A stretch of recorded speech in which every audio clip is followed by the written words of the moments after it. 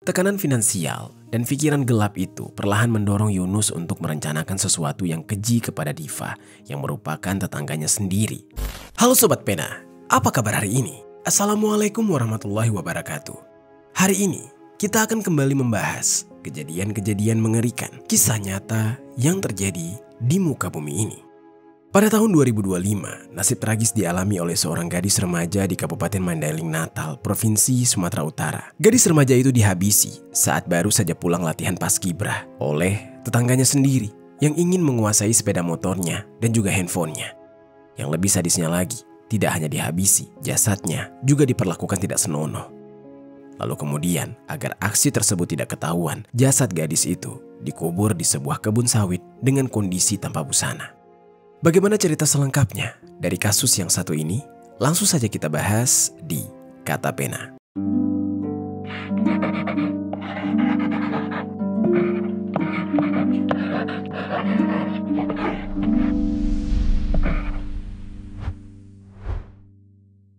Polres Mandailing Natal mengungkap kronologi kasus terhadap seorang anggota Paskibra di Kecamatan Natal, Kabupaten Mandailing Natal, Sumatera Utara. Pelaku nekat karena ingin menguasai harta korban. Sebelum kita mulai ke ceritanya, jangan lupa untuk subscribe channel ini dan bagikan video ini ke teman-teman kalian. Cerita ini dibuat berdasarkan berita yang sudah beredar dan diterbitkan oleh beberapa media publik yang aku sajikan dan aku rangkum dalam bentuk alur cerita. Kita mulai ceritanya. Di Kabupaten Mandailing Natal atau yang biasa disebut dengan Madinah, Provinsi Sumatera Utara, tepatnya di Desa Sikarakara 4, Kecamatan Natal. Hiduplah seorang remaja perempuan yang bernama Diva Febriani atau yang dikenal dengan panggilan Diva. Pada saat itu Diva berusia 15 tahun. Diva adalah anak kedua dari pasangan sederhana yang hidup dengan penuh kasih sayang. Dalam keluarga, Diva dikenal sebagai anak yang penurut, lembut tutur katanya, dan jarang membuat orang tuanya marah. Sejak kecil, Diva selalu belajar dengan giat dan membantu pekerjaan rumah. Dia tumbuh di dalam lingkungan keluarga yang menanamkan nilai kejujuran dan sopan santun. Bagi kedua orang tuanya, Diva adalah harapan besar bagi keluarga. Meski tinggal di desa yang jauh dari keramaian kota, mereka selalu berusaha memberikan pendidikan yang terbaik untuk anak mereka. Setiap berangkat ke sekolah, Diva mengenakan seragam SMA-nya dengan sangat rapi dan mengendarai sepeda motor miliknya menuju ke sekolah di SMAN 1 Natal. Di sekolah, guru-gurunya mengenal Diva sebagai siswi yang rajin, ramah, dan berprestasi. Dia tidak hanya pandai dalam mata pelajaran, tetapi juga aktif di dalam kegiatan ekstrakurikuler. Salah satu kegiatan yang dia jalani adalah ekskul Paskibra atau pasukan pengibar bendera. Bagi Diva, menjadi bagian dari Paskibra bukanlah sekedar aktivitas sekolah, tetapi juga simbol kedisiplinan dan kebanggaan. Dia bercita-cita untuk suatu hari bisa mengibarkan bendera merah putih di tingkat kabupaten, bahkan provinsi. Menjelang peringatan Hari Kemerdekaan Republik Indonesia, SMA Negeri 1 Natal mengadakan seleksi untuk mencari anggota Paskibra atau pasukan pengibar bendera pusaka, yang mana ini diadakan di tingkat kecamatan. Dengan semangat yang tinggi, Diva mengikuti latihan demi latihan tanpa mengeluh. Sampai pada akhirnya, Diva menjadi salah satu yang terpilih untuk menjadi anggota Paskibra di tingkat kecamatan untuk persiapan Hari Ulang Tahun Republik Indonesia ke-80. Sejak saat itu, hari-hari Diva dipenuhi dengan jadwal latihan. Bersama teman-teman satu timnya, dia berlatih di lapangan Merdeka Natal yang berada di pinggiran pantai Natal. Tempat yang cukup sejuk dan luas, serta tempat di mana suara ombak menjadi saksi semangat para calon pengibar bendera. Meski lelah, Diva selalu pulang dengan wajah yang ceria. Kepada ibunya, dia sering bercerita tentang latihan, tentang betapa beratnya menjaga postur tegap selama berjam-jam, tapi juga betapa bangganya dia bisa membawa nama sekolah dan desanya. Bagi teman-teman sesama timnya, Diva dikenal sebagai sosok yang rendah hati dan mudah menolong. Dia sering membantu teman yang kesulitan untuk menghafal formasi barisan. Dia tidak suka menonjolkan diri, tapi kehadirannya selalu membawa suasana hangat. Lalu sementara itu, di mata para tetangganya dan juga masyarakat sekitar, Diva dikenal sebagai gadis yang baik dan sopan. Dia tidak pernah terlihat bergaul sembarangan. Saat berpapasan dengan orang yang lebih tua, dia selalu menundukkan kepala dan memberikan salam. Banyak warga yang merasa bangga mengetahui bahwa putri dari keluarga sederhana itu bisa terpilih menjadi calon pengibar bendera, sebuah kehormatan yang jarang diperoleh di desa mereka. Namun di tengah lingkungan yang damai, ada seseorang yang diam-diam memperhatikan gerak-gerik Diva, yaitu seorang pria yang bernama Yunus Saputra atau akrab disapa dengan panggilan Yunus. Berbeda dengan Diva yang masih berusia 15 tahun, Yunus sudah berusia 25 tahun. Sehari-harinya Yunus bekerja sebagai buruh serabutan, menerima pekerjaan apapun yang bisa menghasilkan uang, mulai dari memperbaiki sepeda motor, membersihkan kebun, hingga membantu membersihkan rumput. Dia juga tinggal di rumah mertuanya, di desa Sikarakara 4 bersama sang istri yang bernama Devi Tika Suryani, yang saat itu tengah hamil 7 bulan. Di mata lingkungan sekitar, Yunus dikenal sebagai sosok yang tenang, tidak banyak bicara, tidak pernah menimbulkan masalah. Dia sering terlihat membantu tetangganya atau sekedar duduk di warung kopi bersama warga lain di sore hari. Tidak ada yang mencurigai apapun darinya. Semua mengira Yunus adalah pria biasa, calon ayah yang tengah menunggu kelahiran anak pertamanya. Diva mengenal Yunus sebatas tetangga, seperti dia mengenal warga lain. Dia pernah datang ke rumah Yunus ketika orang tuanya menghadiri acara di sana. Yunus pun mengenali Diva sebagai anak dari keluarga yang dikenal baik di desa itu. Namun siapa sangka di balik wajah tenang dan sikap santun Yunus tersimpan sisi gelap yang tidak pernah diketahui. Yunus tengah terdesak masalah ekonomi. Dia harus membayar cicilan handphone yang menunggak dan memenuhi kebutuhan rumah tangga menjelang kelahiran anaknya. Dan di sisi lain, Yunus mengetahui bahwa Diva sangat berkecukupan di dalam segi materi. Di usia Diva yang masih gadis, Diva sudah punya handphone, motor pribadi, dan lain-lain. Akhirnya Yunus mulai memperhatikan gerak-gerik Diva, sehingga dia tahu jam berapa Diva berangkat sekolah dan juga latihan, rute mana yang biasa dilewati oleh Diva, dan jam berapa Diva pulang. Tekanan finansial dan pikiran gelap itu perlahan mendorong Yunus untuk merencanakan sesuatu yang keji kepada Diva yang merupakan tetangganya sendiri. Dan semua ini bermula pada hari Selasa 29 Juli 2025. Seperti yang biasa Diva lakukan sehari-hari setelah pulang dari sekolah, di sore harinya Diva mengikuti latihan paskibra di lapangan Merdeka Natal yang berada di pinggiran Pantai Natal. Setelah mengikuti latihan, Diva pun pulang mengendarai sepeda motor miliknya. Di tengah perjalanan, Diva sempat melihat Yunus yang sedang berjalan sendirian. Pada saat itu, Diva tidak mengetahui, rupanya Yunus sudah merencanakan hal yang keji. Yunus berniat ingin merampas handphone dan motor milik Diva, dan Yunus sudah menunggu Diva melewati jalan tersebut. Hingga pada saat Diva lewat, Yunus mencoba menghentikannya dan berpura-pura meminta tolong kepada Diva untuk diantarkan ke bengkel dengan alasan ingin memperbaiki spare part sepeda motornya. Akan tetapi, permintaan tolong tersebut hanyalah akal-akalan Yunus. Dia tidak benar-benar ingin meminta tolong diantarkan ke bengkel. Diva yang tidak merasa curiga di saat itu bersedia mengantarkan Yunus ke bengkel karena Diva merasa dia sudah mengenal Yunus sebagai tetangganya. Yunus pun berbonceng dengan Diva menggunakan sepeda motor milik Diva menuju ke arah kota Natal. Lalu, sesampainya dia di area kebun sawit desa Taluk, lokasi yang sepi dan jauh dari pemukiman warga, Yunus menghentikan laju motor milik Diva dan turun dari motor tersebut. Lalu secara tiba-tiba, dia merampas handphone milik Diva yang sedang dipegang oleh Diva, lalu berlari menjauh. Yang mana di saat itu juga, Diva berteriak histeris mengejar Yunus.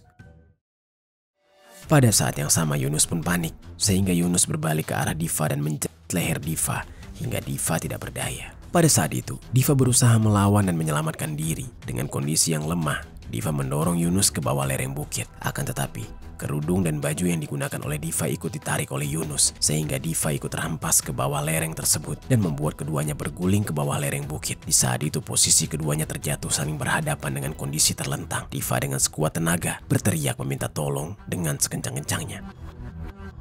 Akan tetapi, teriakan itu kembali membuat Yunus panik. Dengan penuh emosi, Yunus kembali menindih tubuh Diva, lalu menjerat leher Diva dengan kencang, bahkan menutup mulut Diva hingga tubuh Diva kembali lemas dan tidak bergerak.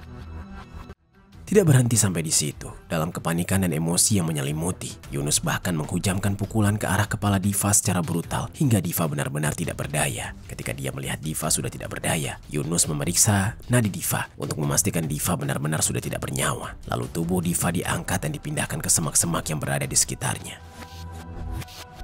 Ironisnya, Yunus malah merencanakan hal yang lebih kejam. Yunus merudak paksa Diva yang sudah tidak berdaya. Setelah melampiaskan nafsunya, Yunus meletakkan tubuh Diva dalam posisi terlentang di atas sepeda motor. Dia kemudian membawa tubuh Diva sejauh 200 meter menuju ke lokasi lubang bekas galian eskavator.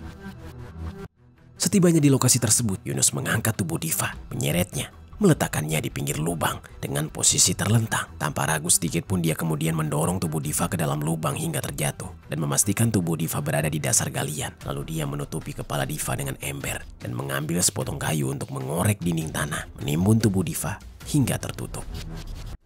Setelah melakukan aksinya tersebut, Yunus pun melarikan diri dengan menggunakan sepeda motor milik Diva dan membawa handphone serta uang milik Diva. Yunus meninggalkan Diva yang terkubur di lubang galian dengan kondisi yang mengenaskan. Di tengah pelariannya, Yunus meninggalkan sepeda motor milik Diva di dekat area pemakaman umum yang tidak jauh dari perkebunan sawit dan berjarak sekitar 4 km dari SPBU Panggautan, Natal. Di sisi lain, pihak keluarga pun panik karena biasanya Diva selalu pulang sebelum malam tiba. Pihak keluarga melakukan pencarian di sekitar lapangan dan jalur Diva pulang bersama dengan warga sekitar. Akan tetapi, mereka tidak menemukan tanda-tanda keberadaan Diva. Hingga larut malam, pihak keluarga dan warga sekitar belum juga menemukan sosok Diva. Akhirnya, keesokan harinya, di hari Rabu tanggal 30 Juli 2025, pihak keluarga pun melaporkan hal tersebut kepada polisi. Dan setelah laporan diterima, pihak kepolisian segera membentuk tim pencarian. Pihak kepolisian bersama dengan warga sekitar fokus mencari sosok Diva di jalur antara lapangan latihan Paskibra dan juga rumahnya, termasuk area kebun sawit dan pantai yang dilewati oleh Diva. Ironisnya, dalam proses pencarian itu, Yunus ikut bergabung dengan warga. Dia berpura-pura ikut membantu mencari Diva, menunjukkan kepedulian agar tidak dicurigai. Hingga di malam hari, rombongan Badan Perwakilan Desa atau BPD Sikarakara 1 yang hendak membakar sarang tawon justru menemukan sepeda motor yang mereka kenal merupakan milik Diva. Mereka pun segera memberitahu kepala desa yang bernama Pitoko GS dan menyebarkan informasi tersebut kepada warga. Ketika dicek, seorang warga ternyata mengenali motor tersebut sebagai milik Diva. Hingga pada saat itulah, warga sekitar mulai mencurigai Yunus yang mana di hari sebelumnya sempat pulang ke rumah dengan penuh lumpur, dan di saat itu Yunus pun mulai mengetahui bahwa dia dicurigai. Akhirnya, dia pun berusaha melarikan diri dari desa tersebut dengan mengendarai sepeda motor milik mertuanya. Akan tetapi, salah seorang warga sempat melihat Yunus melarikan diri. Dia pun geram dan mengajak warga sekitar untuk memburu Yunus. Mereka pun mengejar Yunus, bahkan salah seorang pemuda sempat menendang motor yang dibawa oleh Yunus hingga akhirnya Yunus terjatuh. Saat Yunus terjatuh itulah handphone yang dia bawa justru ikut jatuh, yang mana ternyata handphone tersebut adalah milik Diva. Pada saat itu Yunus terus berlari dan melarikan diri ke arah desa Bondakase, kecamatan Natal, yaitu ke rumah iparnya. Penemuan tersebut pun akhirnya membuka titik terang, yang mana diketahui bahwa Yunus ada hubungannya dengan hilangnya Diva. Hingga akhirnya pada hari Kamis tanggal 31 Juli 2025 sekitar jam 5 sore, seorang warga yang sedang melintas di area kebun sawit mencium bau yang sangat menyengat. Ketika diperiksa, warga tersebut menemukan sepasang sandal di dekat bekas galian tanah yang mencurigakan. Hal tersebut pun dia laporkan kepada polisi. Lalu pihak kepolisian melakukan penggalian di lokasi itu, dan polisi menemukan jenazah Diva tanpa busana dengan kepala tertutup ember dan tubuh tertimbun tanah serta lumpur. Pihak kepolisian pun langsung melakukan olah TKP dan mengamankan beberapa barang bukti seperti ember putih sebagai penutup kepala korban, sandal korban, bekas seretan tanah, bekas tapak kaki dan sepeda motor. Lalu jasad Diva dibawa ke Rumah Sakit Umum Daerah Natal, lalu dipindahkan lagi ke Rumah Sakit Bayangkara Medan untuk kebutuhan otopsi.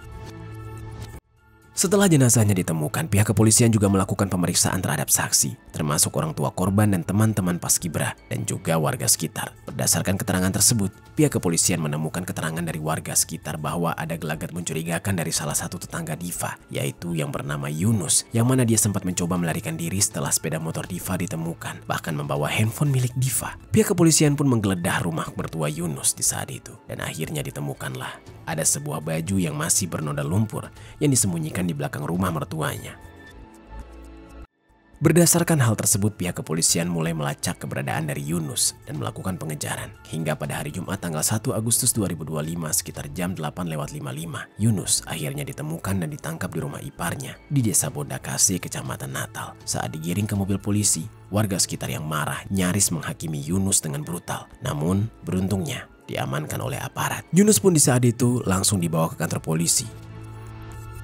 Setelah dia diinterogasi secara intensif di hadapan penyidik, Yunus akhirnya mengakui semuanya. Yunus mengaku bahwa dia sudah merencanakan hal keji tersebut sejak pagi di hari kejadian karena dia terdesak ingin membayar cicilan handphone. Dan akhirnya Yunus melakukan tindakan keji itu, bahkan melakukan tindakan yang tidak senonoh kepada Diva, lalu merampas harta bendanya.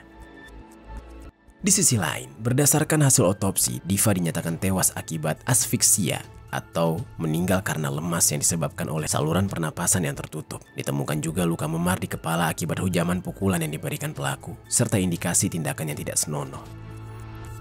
Setelah dilakukan otopsi, jenazah Diva lalu dipulangkan ke rumah duka. Warga sekitar, rekan-rekan pelajar SMA 1 Natal, anggota Paskibra, hingga pihak kepolisian sudah menunggu di pinggir jalan dan halaman rumah. Mereka turut mengantar Diva terakhir kali dengan kesedihan yang mendalam. Bahkan rekan-rekan Diva dari tim Paskibra juga turut memberikan penghormatan terakhir atas kepergian Diva. Mereka merasakan kehilangan atas kepergian Diva yang tiba-tiba. Pihak keluarga juga tidak kuasa menahan tangis, terutama sang ibu yang menangis histeris dengan kepulangan Diva yang sudah tidak bernyawa. Hingga jasad Diva dimakamkan di pemakaman umum, pihak keluarga masih diliputi kesedihan. Bahkan warga sekitar juga turut merasakan duka yang mendalam. Sosok yang seharusnya menjadi bagian dari pengibaran bendera di hari kemerdekaan justru meregang nyawa akibat tindakan keji yang tidak berkeprimanusiaan di tangan tetangganya sendiri.